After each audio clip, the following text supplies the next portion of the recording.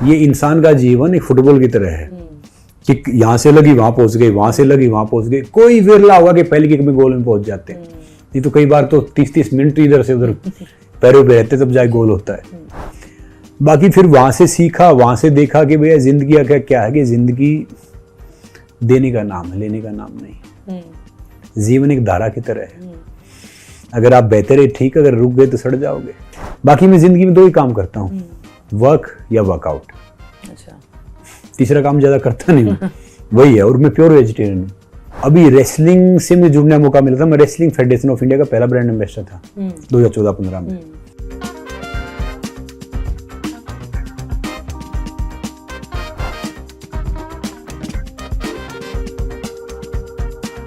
ये इंसान का जीवन एक फुटबॉल की तरह है कि यहाँ से लगी वहां पहुंच गई, वहां से लगी वहां पहुंच गई। कोई विरला होगा कि पहले किक में गोल में पहुंच जाते हैं, नहीं तो कई बार तो 30-30 मिनट इधर से उधर पैरों पे रहते तब जाके गोल होता है। तो लाइफ भी वही है।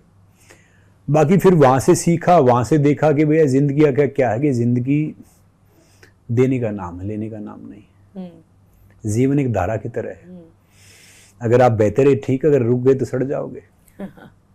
अभी भी आपको जिंदगी काफी कुछ दे रही है और मुझे लगता है कि आप हिटिंग 40s और आप ट्रेनिंग अभी भी कर रहे हैं, अभी भी आप फिट हैं। और अब आप MMA फाइट आपकी होने वाली कुछ ही दिनों में, और एक पाकिस्तानी ओपोनेंट है आपका, तो पूरे देश की नजरें रहने वाली, सरहद के उस पार भी इस पार भी, और एकदम ब्लॉकबस्टर मुकाबला जो है वो होने वाला है। तो कैसी तैयारी चल रही है आपकी? ये आपने सोचा कैसे कि मैं अभी भी कंटिन्यू करूंगा, ट्रेनिंग करूंगा, मार्शल आर्ट्स में जाऊंगा? वैसे हमारी एज तो देखो 40 से ऊपर ही है, क्योंकि अब गांव में जैसे पूछा मेरी माता जी से, एक बड़े रिनाउंड एस्ट्रोलॉजर लगाओ या वो नंबर बताते हैं, जो नंबर मिलाते हैं, क्या बोलते हैं उसको? न्यूमरोलॉजी। हाँ, न्यूमरोलॉजी। हम तो पता नहीं, क्योंकि तो उसने फोन किया, बोला मेरा गेस्ट बन के आ जाओ। मैं चला गया, उसके दोस्त है, मेरा नाम लूंगा तो फिर वो कहेगा कि भाई मेरा नाम ले दिया। तो उसने जन्म कब हुआ था, मैंने कहा भाई फोन कर लो। उसने मेरी मदर को फोन किया, माता जी को, तो कह रही थी बड़ा आसान है, बारिश आ रही थी, घर में खीर बनी थी, शाम टाइम था। तो पहले तो ऐसे ही होते थे कि भाई फसल कट रही थी या ट्रेन आ रही थी, दूसरा सीजन के साथ, तो वही होता था।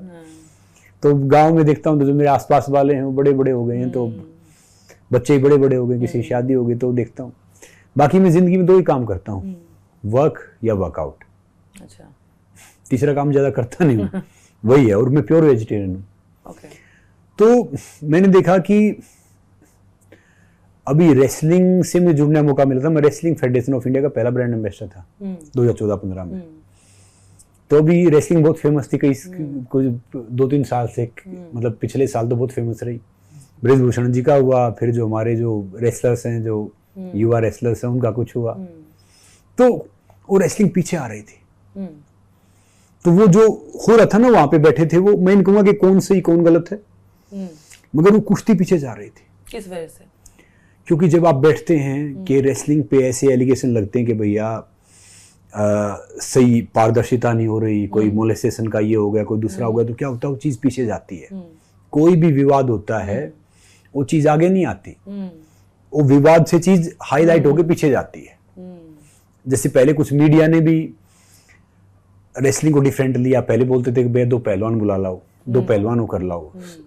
तो क्या था कि पहलवान का अर्थ पता क्या होता है? पहलवान प्रथम आह्वान माने हर चीज में। जो इंसान शारीरिक रूप से, मानसिक रूप से, अनुशासन रूप से प्रथम होता है वो पहलवान होता है। With the person is physically mentally discipline first, he और सी इज रेसलर।